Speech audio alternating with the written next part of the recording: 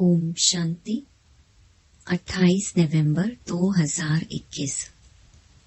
अव्यक्त बापदादा के महावाक्य। ओरिजिनल डेट 1 दिसंबर 1989। स्वमान से ही सम्मान की प्राप्ति।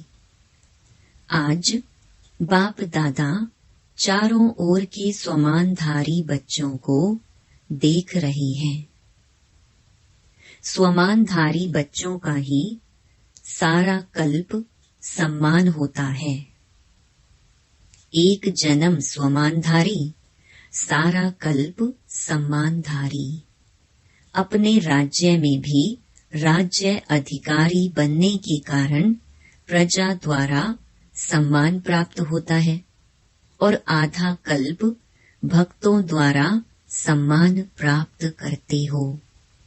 अब अपने लास्ट जन्म में भी भक्तों द्वारा देव आत्मा व शक्ति रूप का सम्मान देख रहे हो और सुन रहे हो। कितना सिक व प्रेम से अभी भी सम्मान दे रहे हैं। इतना श्रेष्ठ भाग्य कैसे प्राप्त किया? मुख्य सिर्फ एक बात के त्याग का यह भाग्य है। कौन सा त्याग किया? देह अभिमान का त्याग किया, क्योंकि देह अभिमान के त्याग बिना स्वमान में स्थित हो ही नहीं सकते। इस त्याग के रिटर्न में भाग्य विधाता भगवान ने यह भाग्य का वरदान दिया है। दूसरी बात, स्वयं बाप ने आप बच्चों को स्वमान दिया है। बाप ने बच्चों को चरणों के दास व दासी से अपने सिर का ताज बना दिया। कितना बड़ा स्वमान दिया! ऐसे स्वमान प्राप्त करने वाले बच्चों का बाप भी सम्मान रखते हैं। बाप बच्चों को सदा अपने से भी आगे रखते हैं। सदा बच्चों के गुणों का गायन करते हैं। हर रोज सिक व प्रेम से यादगार देने के लिए परम धाम से साकार वतन में आते हैं। वहां से भेजते नहीं, लेकिन आकर देते हैं। रोज याद प्यार मिलता है ना। इतना श्रेष्ठ सम्मान और कोई दे नहीं सकता। स्वयं बाप ने सम्मान दिया है, इसलिए अविनाशी सम्मान अधिकारी बने हो। ऐसी श्रेष्ठता का अनुभव करते हो। स्वमान और सम्मान दोनों का आपस में संबंध है।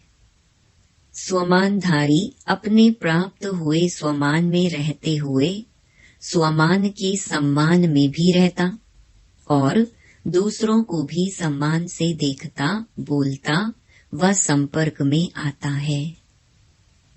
स्व सम्मान का अर्थ ही है स्व को सम्मान देना। जैसे बाप विश्व की सर्व आत्माओं द्वारा सम्मान प्राप्त करने वाले हैं, हरेक सम्मान देते, लेकिन जितना ही बाप को सम्मान मिलता है उतना ही सब बच्चों को सम्मान देते हैं। जो देता नहीं है तो देवता बनता नहीं। अनेक जन्म देवता बनते हो और अनेक जन्म देवता रूप का ही पूजन होता है। एक जन्म ब्राह्मण बनते हो, लेकिन अनेक जन्म देवता रूप में राज्य करते व पूज्य बनते हो। देवता अर्थात देने वाला। अगर इस जन्म में सम्मान नहीं दिया तो देवता कैसे बनेंगे? अनेक जन्मों में सम्मान कैसे प्राप्त करेंगे? Follow father. साकार स्वरूप ब्रह्मा बाप को देखा। सदा स्वयं को वर्ल्ड सर्वेंट, विश्व सेवाधारी कहलाया। बच्चों का सर्वेंट कहलाया और बच्चों को मालिक बनाया। सदा मालिकम सलाम किया। सदा छोटे बच्चों को भी सम्मान का स्नेह दिया। होवनहार विश्व कल्याणकारी रूप से देखा। कुमारियों व कुमारों को, युवा स्थिति वालों को सदा विश्व की नामी ग्रामी महान आत्माओं को चैलेंज करने वाले, असंभव को संभव करने वाले, महात्माओं के सिर झुकाने वाले ऐसे पवित्र आत्माओं के सम्मान से देखा। सदा अपने से भी कमाल करने वाले महान आत्मा समझ सम्मान दिया ना। ऐसे ही बुजुर्ग आत्माओं को सदा अनुभवी आत्मा हम जिन्स आत्मा के सम्मान से देखा। बांधेले बांधेलियों को निरंतर याद में नंबर 1 के सम्मान से देखा। इसीलिए नंबर 1 अविनाशी सम्मान के अधिकारी बने। राज्य सम्मान में भी नंबर 1, विश्व महाराजन और पूज्य रूप में भी बाप की पूजा के बाद पहले पूज्य लक्ष्मी नारायण ही बनते हैं। तो राज्य सम्मान और पूज्य सम्मान दोनों में नंबर 1 हो गए, क्योंकि सर्व को समान सम्मान दिया।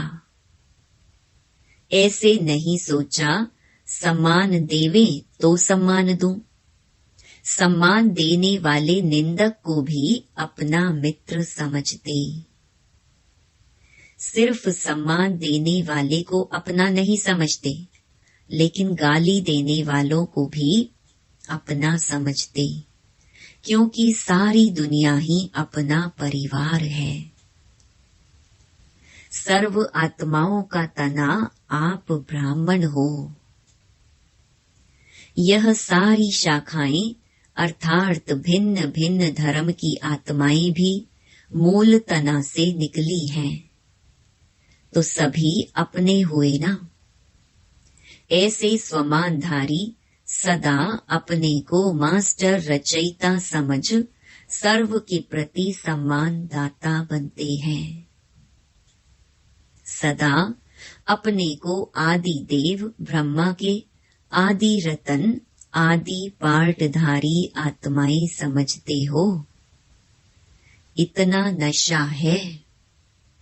तो सभी ने सुना बच्चों का सम्मान क्या है, बूढ़ों का सम्मान क्या है, युवा का क्या है। आदि पिता ब्रह्मा ने हमको ऐसे सम्मान से देखा। कितना नशा होगा। तो सदा यह स्मृति रखो कि आदि आत्मा ने जिस श्रेष्ठ दृष्टि से देखा, ऐसी ही श्रेष्ठ स्थिति की सृष्टि में रहेंगे। ऐसे अपने से वायदा करो। वायदे तो करते रहते हो ना। बोल से भी वायदा करते हो, मन से भी करते हो और लिख कर भी करते हो, और फिर भूल भी जाते हो। इसलिए वायदे का फायदा नहीं उठा पाते। याद रखो तो फायदा भी उठाओ। सभी अपने को चेक करें, कितने बार वायदा किया है और निभाया कितने बार है। निभाना आता है व सिर्फ वायदा करना आता है, वह बदलते रहते हो। कभी वायदा करने वाले, कभी निभाने वाले। टीचर्स क्या समझती हैं? निभाने वालों की लिस्ट में होना। टीचर्स को बाप दादा सदा साथी शिक्षक कहते हैं। तो साथी की विशेषता क्या होती है? साथी समान होता है। बाप कभी बदलता है क्या? टीचर्स भी वायदा और फायदा दोनों का बैलेंस रखने वाली हैं।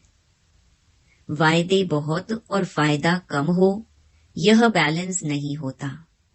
जो दोनों का बैलेंस रखते हैं उसको वरदाता बाप द्वारा यह वरदान व ब्लेसिंग मिलती है। वह सदा दृढ़ संकल्प से कर्म में सफलता मूर्त बनते हैं। साथ ही शिक्षक का यही विशेष कर्म है, संकल्प और कर्म समान हो। संकल्प श्रेष्ठ और कर्म साधारण हो जाए, इसको समानता नहीं कहेंगे। तो सदा टीचर्स अपने को साथी शिक्षक अर्थात शिक्षक बाप समान समझ इस स्मृति में समर्थ बन चलो। बाप दादा को टीचर्स की हिम्मत पर खुशी होती है। हिम्मत रख सेवा के निमित्त तो बन गए हैं ना। लेकिन अभी सदा यह स्लोगन याद रखो, हिम्मते टीचर समान शिक्षक बाप। यह कभी नहीं भूलना। तो स्वतः ही समान बनने वाला लक्ष्य बाप दादा आपके सामने रहेगा, अर्थात साथ रहेगा। अच्छा, चारों ओर के स्वमानधारी सुसम्मानधारी बच्चों को बाप दादा नैनों के सम्मुख देखते हुए सम्मान की दृष्टि से याद प्यार दे रही हैं। सदा राज सम्मान और पूज्य सम्मान के समान साथी बच्चों को याद प्यार और नमस्ते। बिहार ग्रुप। सभी अपने को स्वराज्य अधिकारी समझते हो। स्व का राज्य मिला है या मिलने वाला है। स्वराज्य अर्थात जब चाहो जैसे चाहो वैसे कर्मेंद्रियों द्वारा कर्म करा सको। कर्मेंद्रिय जीत अर्थात स्वराज्य अधिकारी। ऐसे अधिकारी बने हो या कभी कभी कर्मेंद्रियां आपको चलाती हैं, कभी मन आपको चलाता है या आप मन को चलाते हो। कभी मन व्यर्थ संकल्प करता है या नहीं करता है।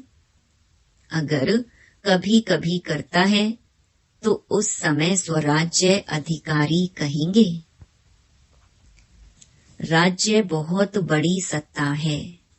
राज्य सत्ता चाहे जो कर सकती है, जैसे चलाने चाहे वैसे चला सकती है।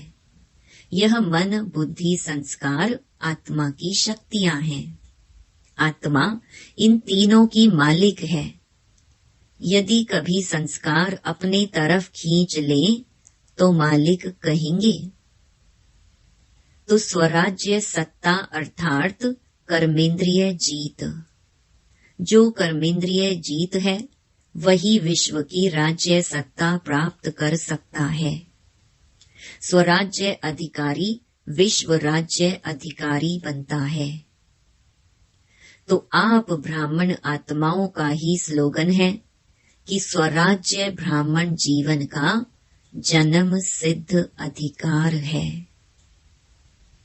स्वराज्य अधिकारी की स्थिति सदा मास्टर सर्वशक्तिमान है। कोई भी शक्ति की कमी नहीं। स्वराज्य अधिकारी सदा धर्म अर्थात धारणा मूर्त भी होगा और राज्य अर्थात शक्तिशाली भी होगा। अभी राज्य में हलचल क्यों है?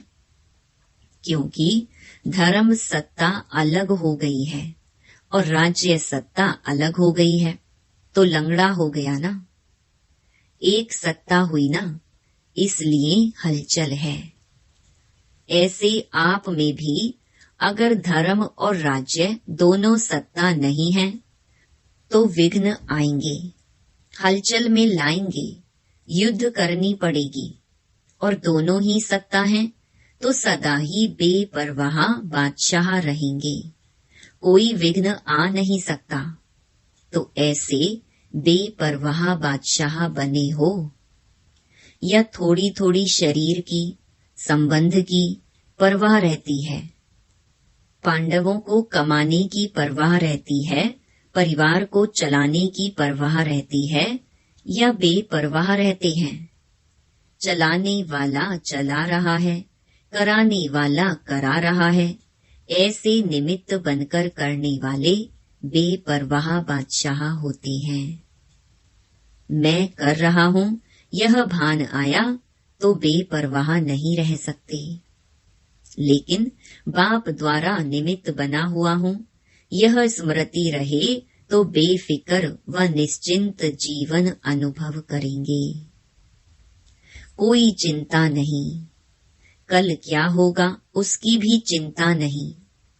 कभी यह थोड़ी सी चिंता रहती है कि कल क्या होगा, कैसे होगा, पता नहीं विनाश कब होगा, क्या होगा, बच्चों का क्या होगा, पोत्रों धोत्रों का क्या होगा, यह चिंता रहती है। बेपरवाह बादशाह को सदा ही यह निश्चय रहता है कि जो हो रहा है वह अच्छा, और जो होने वाला है वह और भी बहुत अच्छा होगा, क्योंकि कराने वाला अच्छे ते अच्छा है ना। इसको कहते हैं निश्चय बुद्धि विजयी। ऐसे बने हो या सोच रहे हो, बनना तो है ही ना। इतनी बड़ी राजाई मिल जाए तो सोचने की क्या बात है। अपना अधिकार कोई छोड़ता है? झोपड़ी वाले भी होंगे, थोड़ी सी मिल्कियत भी होगी तो भी नहीं छोड़ेंगे। यह तो कितनी बड़ी प्राप्ति है। तो मेरा अधिकार है, इस स्मृति से सदा अधिकारी बन उड़ते चलो। यही वरदान याद रखना कि स्वराज्य हमारा जन्म सिद्ध अधिकार है, मेहनत करके पाने वाले नहीं, अधिकार है। अच्छा, बिहार माना सदा बहार में रहने वाले, पतझड़ में नहीं जाना, कभी आंधी तूफान ना आए, सदा बहार। अच्छा, दूसरा, अपने को रूहानी दृष्टि से सृष्टि को बदलने वाला अनुभव करते हो। सुनते थे कि दृष्टि से सृष्टि बदल जाती है, लेकिन अभी अनुभवी बन गए। रूहानी दृष्टि से सृष्टि बदल गई ना। अभी आपके लिए बाप संसार है तो सृष्टि बदल गई। पहले की सृष्टि अर्थात संसार और अभी के संसार में फर्क हो गया ना। पहले संसार में बुद्धि भटकती थी और अभी बाप ही संसार हो गया, तो बुद्धि का भटकना बंद हो गया, एकाग्र हो गई। क्योंकि पहले की जीवन में कभी देह के संबंध में, कभी देह के पदार्थ में, अनेकों में बुद्धि जाती थी। अभी यह सब बदल गया। अभी देह याद रहती या देही? अगर देह में कभी बुद्धि जाती है तो रॉन्ग समझते हो ना। फिर बदल लेते हो, देह के बजाय अपने को देही समझने का अभ्यास करते हो, तो संसार बदल गया ना। स्वयं भी बदल गए। बाप ही संसार है या अभी संसार में कुछ रहा हुआ है? विनाशी धन या विनाशी संबंध के तरफ बुद्धि तो नहीं जाती। अभी मेरा रहा ही नहीं। मेरे पास बहुत धन है, यह संकल्प या स्वप्न में भी नहीं होगा, क्योंकि सब बाप के हवाले कर दिया। मेरे को तेरा बना लिया ना। या मेरा मेरा ही है और बाप का भी मेरा है, ऐसे तो नहीं समझते।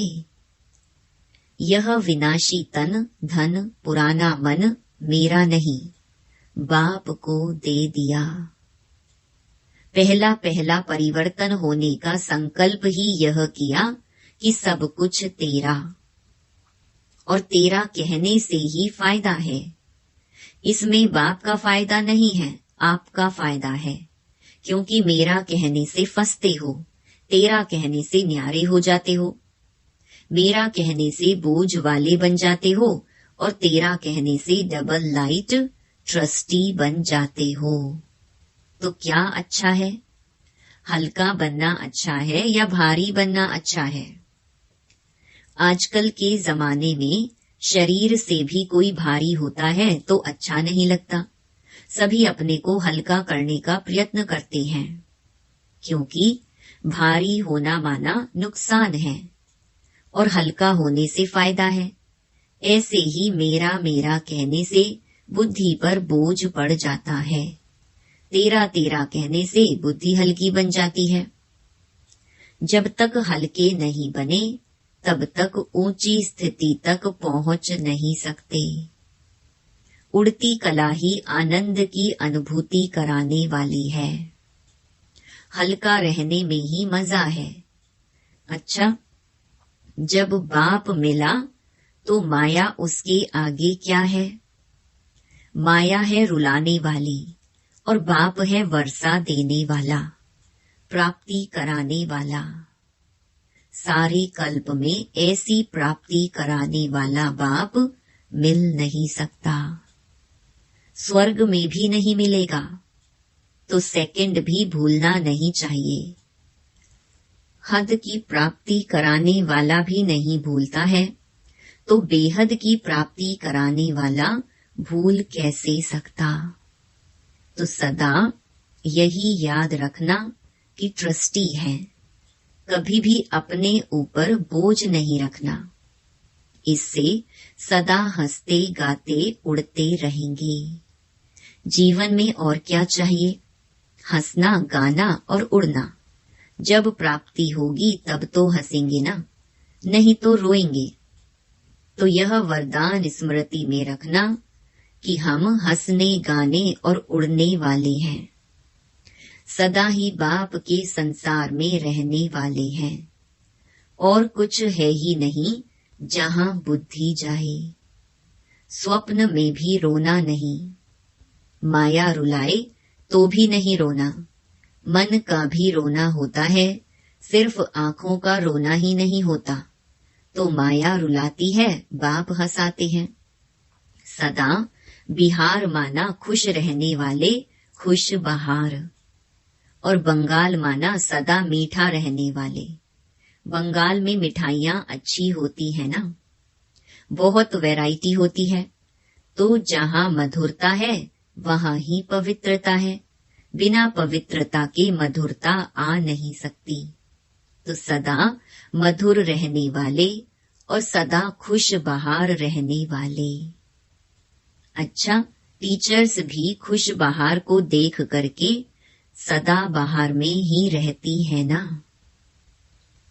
अच्छा, वरदान। संग दोष से दूर रहे, सदा बाप की समीपता का भाग्य प्राप्त करने वाले, पास विद ऑनर भव। यदि बाप के समीप रहना पसंद है तो कभी कोई भी संग दोष से दूर रहना। कई प्रकार के आकर्षण पेपर के रूप में आएंगे, लेकिन आकर्षित नहीं होना। संग दोष कई प्रकार का होता है। व्यर्थ संकल्पों व माया की आकर्षण के संकल्पों का संग, संबंधियों का संग, वाणी का संग, अन्न दोष का संग, कर्म का संग। इन सब संग दोषों से अपने को बचाने वाले ही पास विद ऑनर बनते हैं। स्लोगन: आप फरिश्ता बनो तो परिस्थितियों में बाप स्वयं आपकी छत्र छाया बन जाएंगे। ओम शांति। हर रोज मुरली सुनने के लिए हमारे चैनल गॉड ज्ञान को सब्सक्राइब करें और डेली नोटिफिकेशन पाने के लिए बेल आइकन को प्रेस करें। ओम शांति।